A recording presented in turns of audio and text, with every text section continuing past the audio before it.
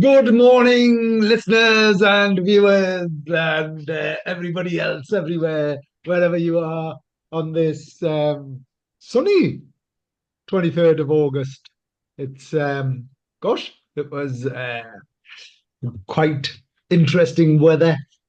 Jaff, good morning, Jaff. Good morning, Ammar.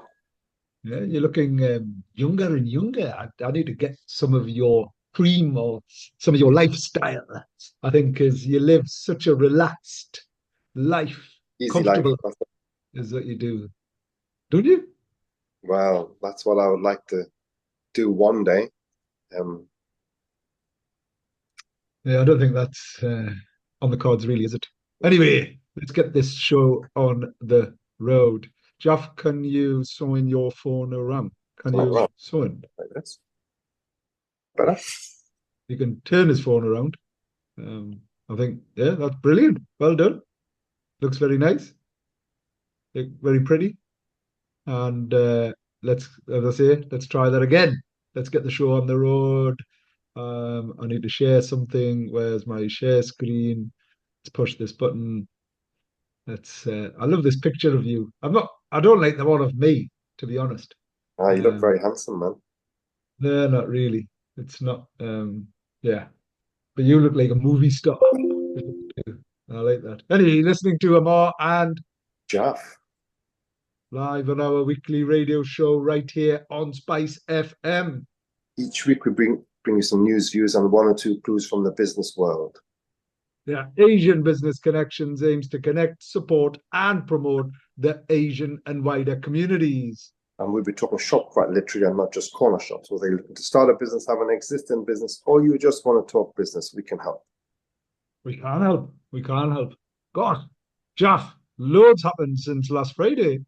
I can't even remember what happened last Friday. Can you?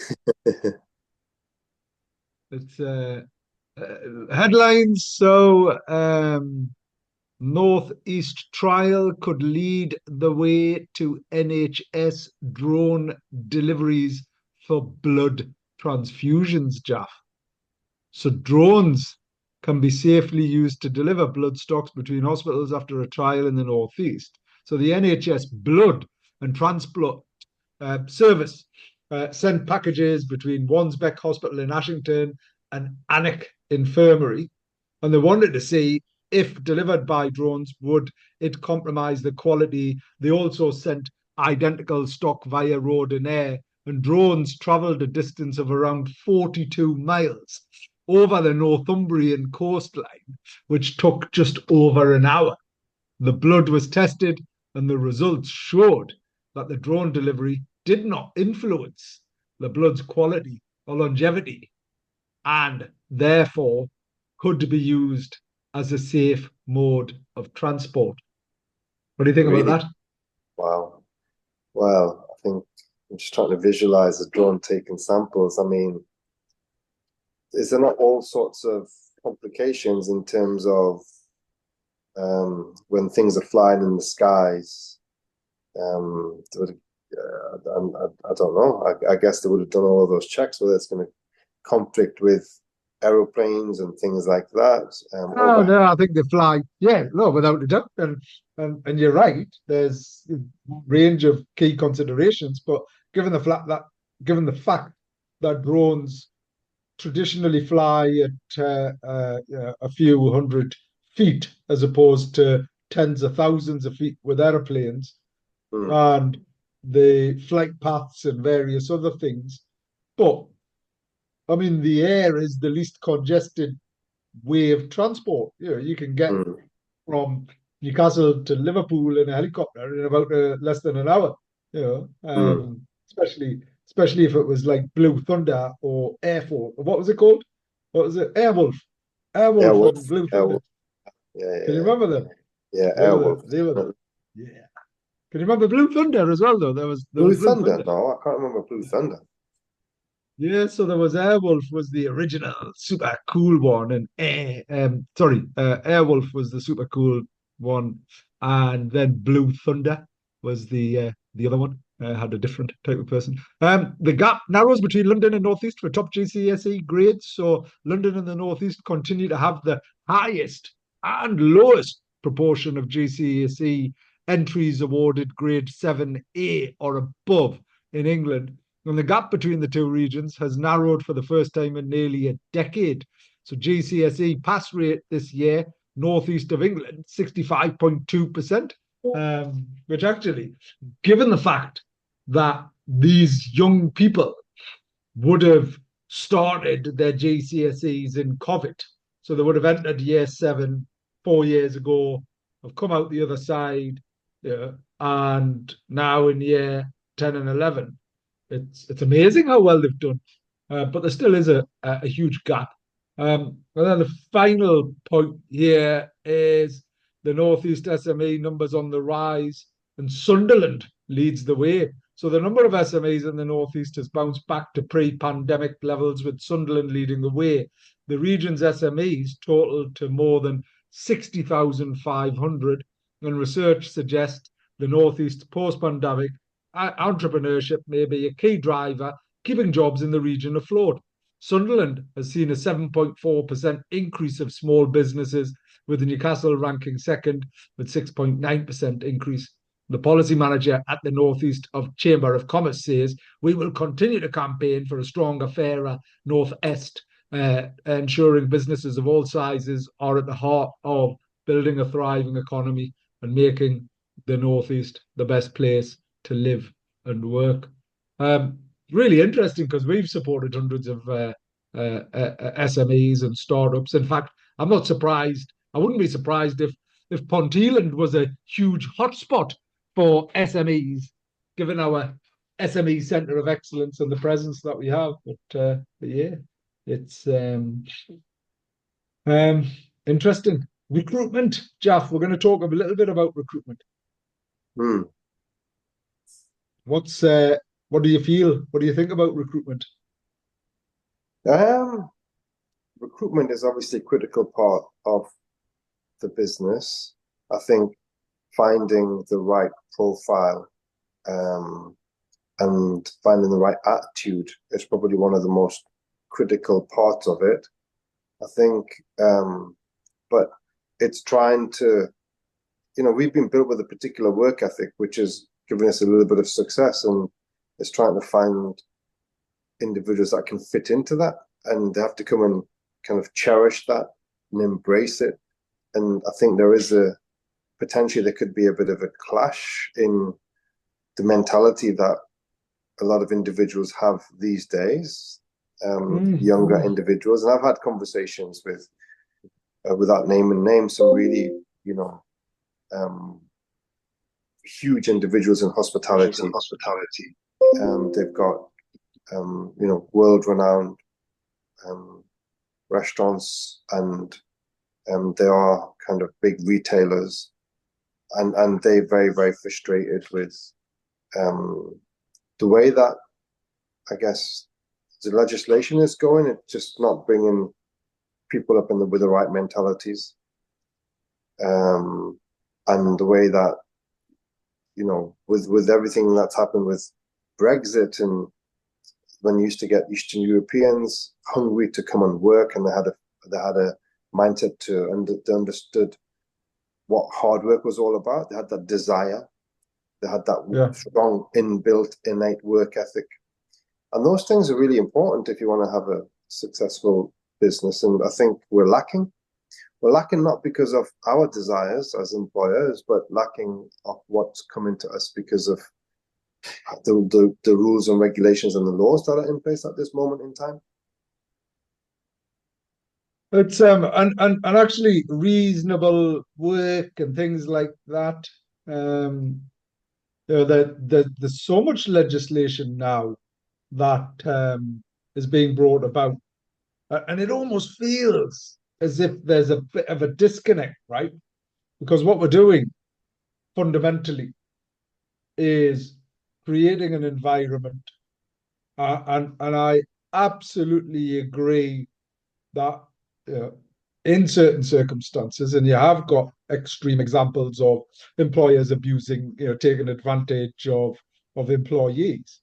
But actually, given the fact that your life is such a significant part or employment is such a significant part of your waking day, right? So the main part of your day, whether it's you work in the evenings or whether you work during the day or whether you work through the night or whatever it is, the main part of your working day, you go from school to education to work, right? That's the substantive part of your life. And in doing so, I personally would feel that there's almost a commitment. There's a quid pro quo. I know you go to work to get paid, right? I get that, but everyone should get paid reasonably and properly based on their skills and their experience, and actually their performance and their contribution is what I feel. But what we're doing and what has happened is there's been a slow demise in what you'd describe as work ethic, Mm. right? So people turning up, actually not clock watching, sort of going, all right, I'm here, I enjoy what I do, and and actually, if they go over and above, I know that myself and you included, you'd always reward those people that go over and above. But equally, Oh, you recognize, respect, and appreciate those that come and do a job. And then we because of this these influences and the introduced legislation and whatever else. We were having a conversation with someone who said, "I know I'm starting a job, but I want to work from home." And it's like, but we run a business center. People come in here, mm. Yeah, right? yeah, yeah. People interact. I don't know how you'd answer a phone like when someone's ringing the number here. I don't know technology exists and Yep, whatever else, but actually people turn up here to collect post. People turn up here because they use offices here. People turn yep, up here because they want to interact with someone. yep. We can't, I imagine your staff in a restaurant saying, "Can I work from home, please?" Well, yeah, and I think the thing is they're gonna maybe start demanding that. Well, the legislation says that we're entitled to work from home, so you have to employ us and we have to work from home. That's gonna be next. And I Well, think it's crazy. It is crazy that they're this broad brush, and sadly, this broad brush approach to that. But sadly, it would appear that the incoming government. I mean, even the news just before, I was just looking, there's double taxes, there's, employment, employers, you can't do this, landlords, you can't do that. yeah, Uh, it's absolutely it's what like on earth? it's like killing industry. It's killing Why? What? industry. What is the underlying reason though? Because when I spoke to other accountants, and they've categorically said that the government's just stifling businesses across the nation, and why do they want to do that for? I mean, why is it that the taxes, oh, we're going to double the taxes, we're going to, I mean, what, you might as well just take the hearts and souls out of every single business, because businesses should be allowed to breathe. Taxes and stuff, yeah, everyone should pay taxes, but why on earth does the taxes become so ridiculously high over the last X amount of years? And it's just one thing after another, after another, after another, after another, to the point where is it actually worthwhile to be in business, or is that the reason that they don't want people to have businesses to then go and work for the likes of Amazons and the other big industries that want to take over the world? I don't really know, but something just doesn't feel right about the business world at this moment in time, and it's just every day it's becoming more difficult, more difficult, more difficult. I remember I went for a meal with I went for a meal in the lakes, and we were speaking just to it was an Indian restaurant, and we were speaking to the owner there, and he said, "Do you know what? I've started business in the 1970s, and in the 70s, do you know that there was no VAT? Do you know that?" And he had a whole list of everything that didn't exist, and he said, like, compare that to today. There wasn't VAT on takeaways, and there's VAT on takeaways, and there wasn't VAT on this, and there's VAT on this, and it's just a constant evolution of increasing the taxes in whichever area that you potentially can, and the compound taxes that people are paying. I mean, it's so high, and is it necessary for it to be so high? I mean, what on earth is the government doing wrong where they don't seem to have, and there's still a national debt after you're getting so much taxes? Some things don't weigh up, do they? Because where's all that money going to? It's just crazy. It is just crazy. So if I even look at things like so, one Am I, of you're not the coming most through as clear? what? You're not coming through as clear unless it's my phone. I think it's you. It's not me. Anyway, our listeners can still hear us. One of the challenges, Jeff, is that um, people coming out of university, thousands of pounds in debt, get a job, uh, like the incentive to work is reducing, and certainly the incentive to become an entrepreneur. I mean, look at how much effort goes into setting up and running a business and growing a business, and nobody else in the business necessarily worries about wages or income or whatever it is, because people are fundamentally and understandably they're turning up, and but where's the benefit to me or you or any other business owner when taxes are increasing, and they're more demanding, when regulation and legislation is increasing, where actually, you know what, you wanted a little bit of a better life. So the interesting things here, right, Jeff, is people like you and I. Have you got a pension? No, I've not gone into a pension fund, to be honest. All I'm saying is as opposed to putting money into a pension, right? Certain people choose to put it into a little bit of property, right? So they whatever extra money they can afford, or even if they can't afford, you'll put it into property, and or you'll put it into a business, and that's fundamentally the equivalent of your pension pot, right? That's the equivalent of your pension pot. So so so so all that's happening is anybody who's decided to actually improve not only their lives, but landlords play such a critical part, right? Play such a critical part to society, to community. There isn't enough social housing, full stop, right? There isn't any. There's not enough council housing. Without the private sector, people would just be out on the streets. Yet someone's worked incredibly hard, they've bought some property, they're paying off that property, and now they're being told, you can't do this, you can't do that, you can't do that, and we're going to increase your taxes, and we're going to do all of that. In fact, there's no incentive whatsoever to do that. So what are you going to do? Eventually, you're just going to sell your property. And okay, someone who, it might be a first time buyer, it might be someone who's moving, whoever buys it. But if all of a sudden, right, all of the private sector housing, rented housing, didn't exist, there'd be hundreds of thousands of people on the streets, right? There'd be hundreds of thousands of people on the streets. And we've already got such challenges and issues with homelessness and all of the drain on our social services. So I just don't get the short sightedness that exists. And it's incredibly sad. Am I? So no, I mean, it seems as though that the governments, all the governments, it doesn't matter whether it's Labour, Conservative, they're just hell bent on finding ways of squeezing as much money out of every single business and every single sector of the economy to put it into the government's kitty.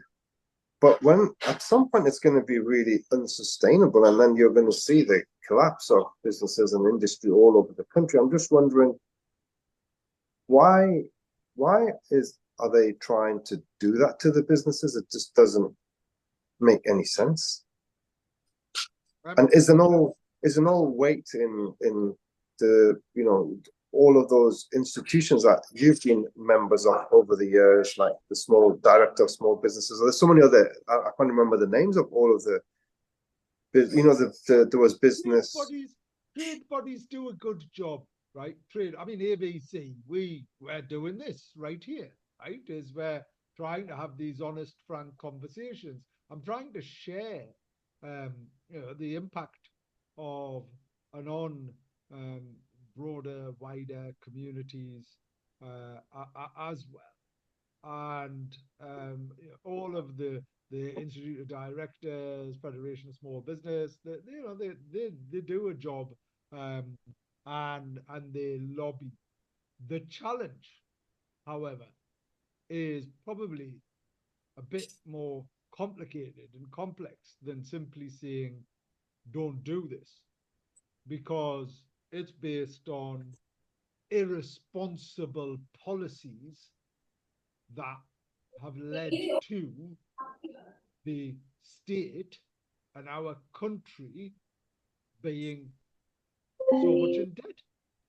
Yeah, And there's whether that was sort of carbon reduction initiatives, whether that was closing down nuclear plants and then realizing that you need to create them again. Honestly, the whole compounded impact of really poor energy decisions has is probably one of the biggest issues that has affected governments globally, and they're recognizing that, what these decisions, but you don't know what you don't know. So that's that, right? And then alongside that, I think there's just so much bureaucracy, administration, wastage through inefficiencies, right?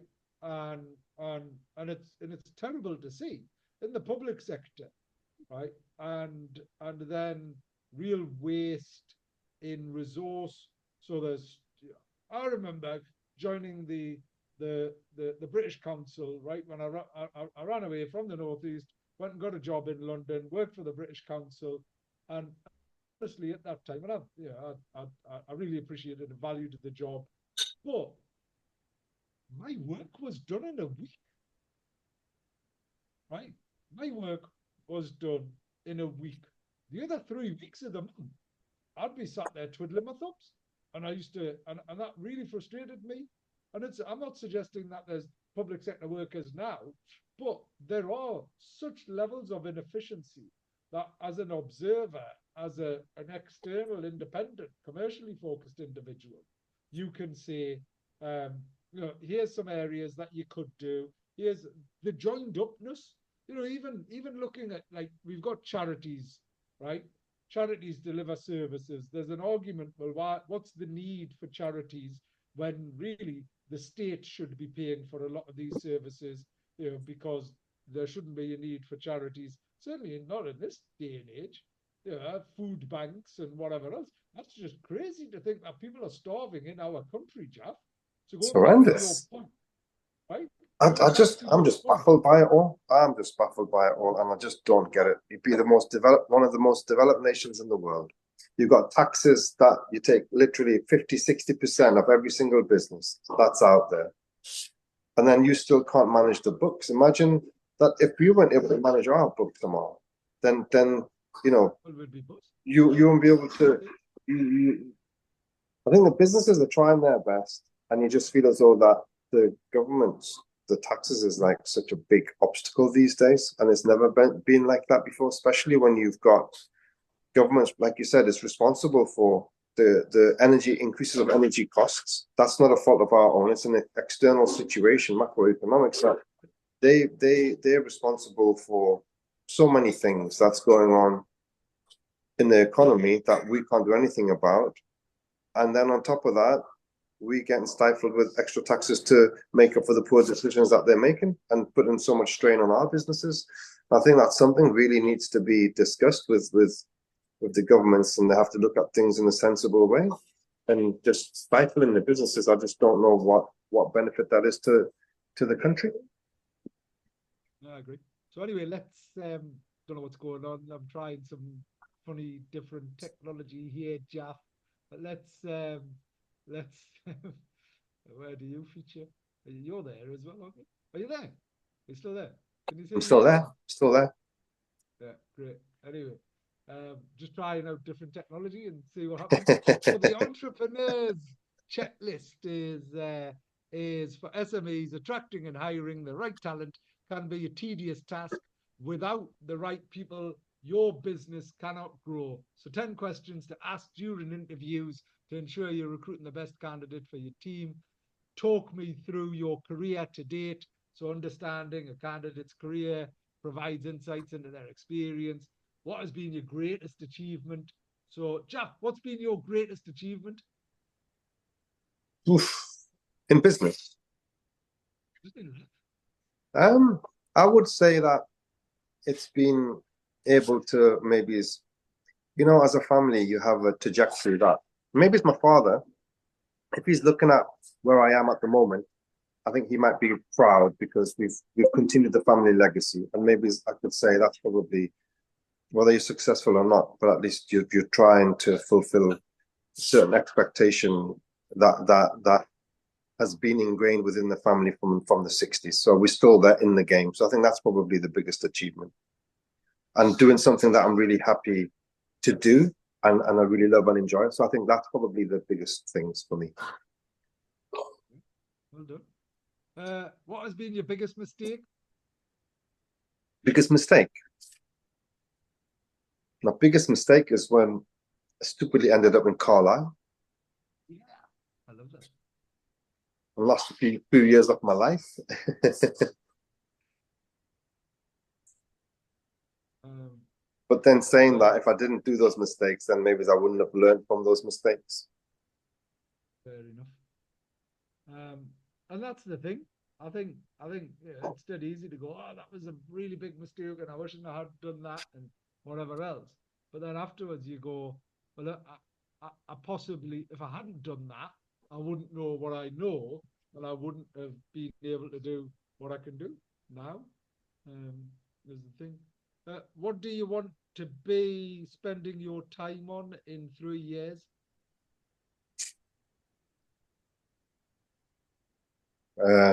Gosh, I've got. Um, I don't know what the answer is to that.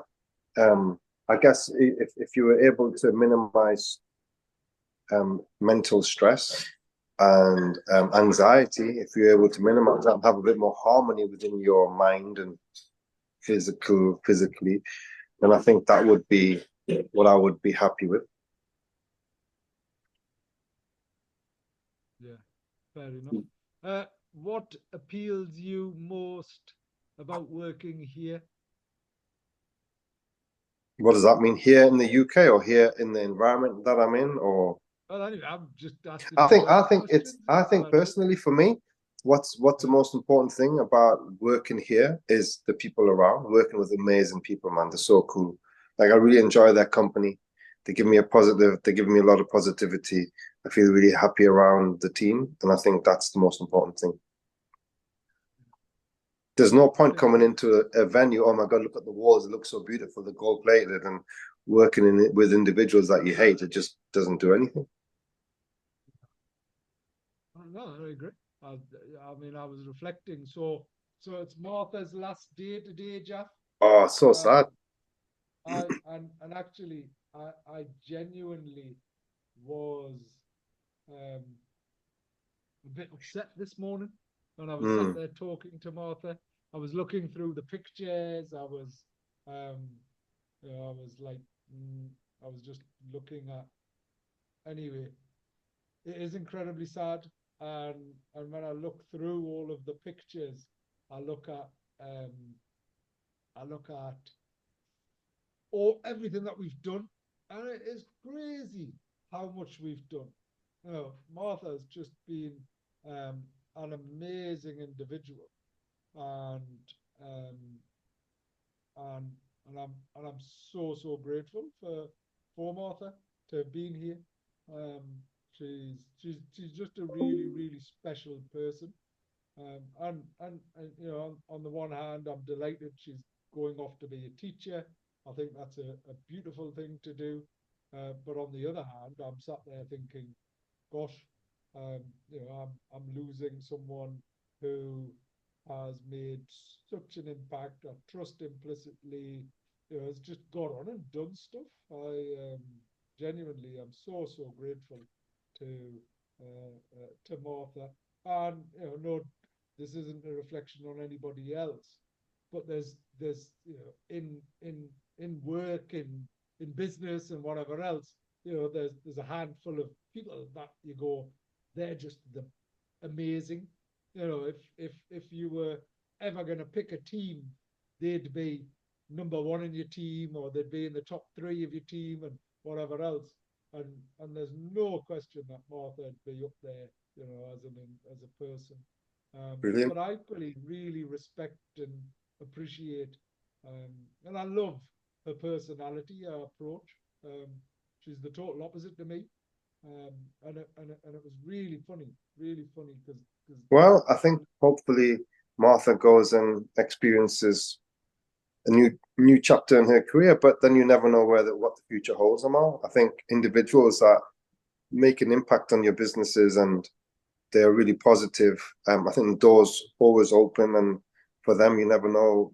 They might want to come back to their comfort zone in the future. So let them go out and experience the world and see what the future holds. and actually that's exactly what because it's a sabbatical. Mother wanted to go and do a PGCE, so but it's like talk about money and investment. She's paying for that, right, herself Mm. to do, and obviously we'll support wherever we can and things like that. And I'll never ever forget one of my best bosses. He sort of said to me, Amar, um, if you move on and you do it for the right reasons, I'll never ever stop you from moving on. I just want to be able to be in a position where if I see you walking down the street, we shake hands and we go, oh, that was, so from that perspective, I remember when I know that because these are critical members of staff, right? That's the challenge. It's like when you have critical core members of staff that have developed with you and developed your business with you, um, as you've grown, and they've brought their strengths and skill sets, and you've brought yours and things like that. It's really interesting. But equally, I'm really proud of everything that Martha's achieved, and I'm delighted that she's considering being a teacher. Our parents were teachers, my parents were like, and then I was reflecting on how many teachers we've created here. So this will be our fourth teacher, um, and and I think that's a beautiful thing that the most important people in life are your teachers at one point. As in they're the ones who influence you, aren't they? Yeah, of course, of course, of course. It's no, but it's gonna be a change for Martha, but hopefully it's gonna be a nice development, a nice part of her life. But then I'm sure she would have learned so much from yourself over the last few years, and I'm sure equally she'll be very grateful for everything that she's learned from yourself. And I don't doubt that. I'm sure she is and will. Um, and really, it's a case of um, um, hopefully seeing her at the end of that training, because I think I'd like to think, um, um,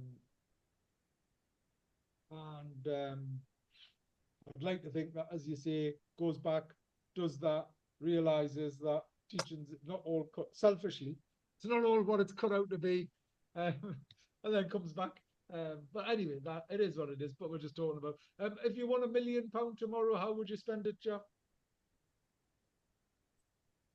I would enjoy spending it with people that you care for. Enjoy it with them because it's no fun enjoying it by yourself.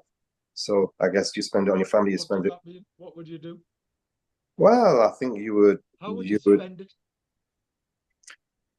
I think you would blow some of it, right? Buy some. I don't know. Go and buy some nice things. Go on a couple of trips, but the trips would have to be with your family and your members of your team because when easy money comes, it would go easily as well, wouldn't it? To an extent, you wouldn't exactly think that, oh yeah, let me be careful with this money because I've worked, blood and sweat to get a few quid in the bank. So that type of money, if it comes that easily, a million quid, buy yourself a couple of things and then spend it on your loved ones and then have a bit of fun with it. I would have thought.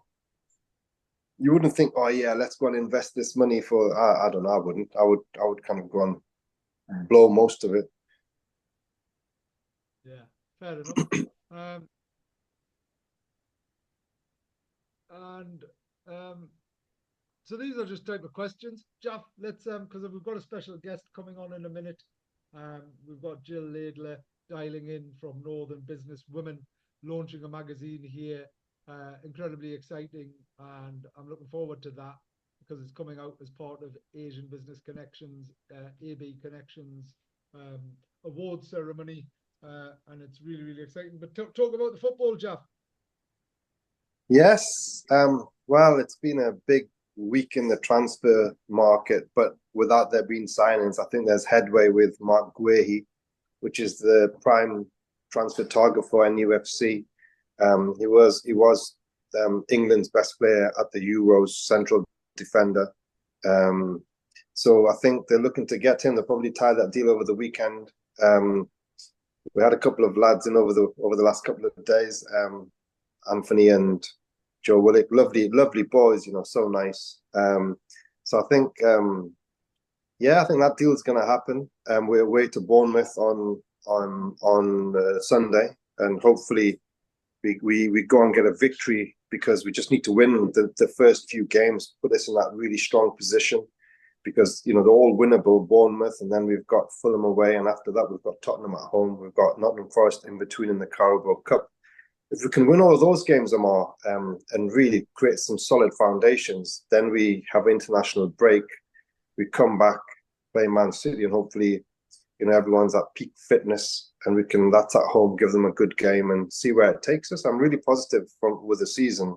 I really hope that this is a season where we kind of make some kind of a breakthrough, whether it's we must win something this season. I really hope. I know it's not easy because everyone wants to win, but hopefully we can do something really really exciting. Let's see. I agree. Although the match wasn't a good match, to be honest, it was like a good result, but it wasn't a good match. It wasn't, but the result was good, wasn't it? And that's the most important thing. Yeah, it's not how you win, it's the win. What? Anyway, let's invite Jill in and say hello to Jill, our extra special guest, who's calling in all the way from Yorkshire. Good morning, Jill. Are you there? Hello, Jill. Can you hear us? Hello, Jill. Anyway, let's here's Jill. Can you hear me There's Jill. now? Hey, Hey, Jill. Jill. How we doing? Can you hear me? Yes, You we can hear can. you. Oh, good. Okay. Nice to Can you see hear you. us? Yes, Wonderful. Yes. Um, the sun's shining wherever you are. it is. It's a lovely day, but a bit blustery, a bit windy. It is. There was a storm apparently overnight that came. Oh, was there? Oh, I slept through it, Ammar. Yeah. Good for you. Good for you. Anyway, Jill, let's kick off. Thank you ever so much for joining us on Spice FM, and obviously on our video show that's sent out as well. Let's kick off by asking you what you do, who are you, what do you do, and why do you do it? Okay. Well, I am Jill Laidler, and I am the founding editor of two magazines currently. One is Topic UK that's been going for 11 years, which is a business to business magazine. And the other one launched in 2020, which is Yorkshire Businesswoman. And we support with that magazine women in business across the Yorkshire region. And we are delighted now that we're bringing that into the Northeast. Yeah, it is exciting. And why? It is Why do you do exciting. this? Jill? Why? It stems back a long way, and just keeping it brief. Over the years, we've had lots of conversations with women about how do they get on the ladder, on the business ladder. Where do they get support from? Where do they get help from? These ladies start businesses and don't know um, how they can promote themselves, how they can help. So we stepped in with a magazine to be able to showcase what these ladies do, why they do it. We help them. We encourage little spin-off groups. We give them a platform to be able to promote and help themselves. And the larger corporate businesses that we also work with, we can support them as well in various ways. So it's all about women from all backgrounds, just helping them get started out, I suppose. Thank you. And I think it's critical that there is a network and a community to support um, women, recognizing the fact that there's been gender inequalities and a whole range of other influences. But equally, Jill, you're looking outward as well, aren't you? As in, a lot of what you do connects and engages with all parts of the community, men as well, as in, Yeah. they're a critical part of what you're doing. Of course, yeah. And we don't exclude anyone. I mean, even men, if men want to come to our networking groups and want to be a part of it, they're very welcome. Not many take us up on that. I think But myself and Ammar will come along to your next one. I think I think we sometimes have male speakers. Yeah. We don't particularly feature men, but having said that, if someone came along and wanted us to feature them, why not? Um, we've had male speakers at events. In fact, a couple of guys came along last year, and they did an awful lot of business from it. So yeah, it's for everyone, men included. In fact, twice a year we do what we call our woman event, highlighting the word man, and the ladies are allowed to bring a male guest with them, and they're very popular.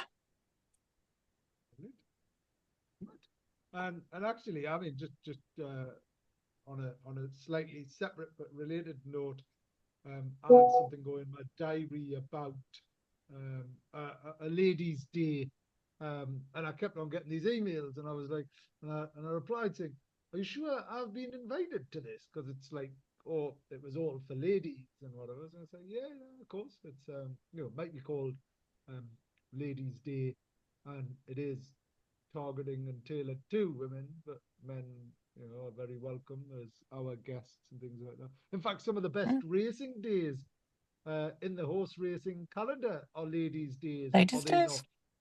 Yeah. Exactly. Well, us ladies like to show you men how to do it, Ammar. Good, good, yeah. And us men like to be shown how you do it as well, Jill. Anyway, Exactly, um, exactly. it's before the 9 p.m. cut off, whatever that means. So thank you I very meant much in for business. dialing in, yeah, dialing into us, Jill. What can the community in the Northeast expect from Northern business women? I know it's coming on the back of the Inclusion by Default campaign. We recognise there isn't a platform that does what you have in Yorkshire, and we're bringing it here. But tell us a little bit more what people can expect. Okay, it's not just a magazine. We will be producing up to 100 pages, quality magazine bi-monthly. Um, it is in effect a membership group. So we encourage ladies to come and join us. We form a great network of women that you can get to know.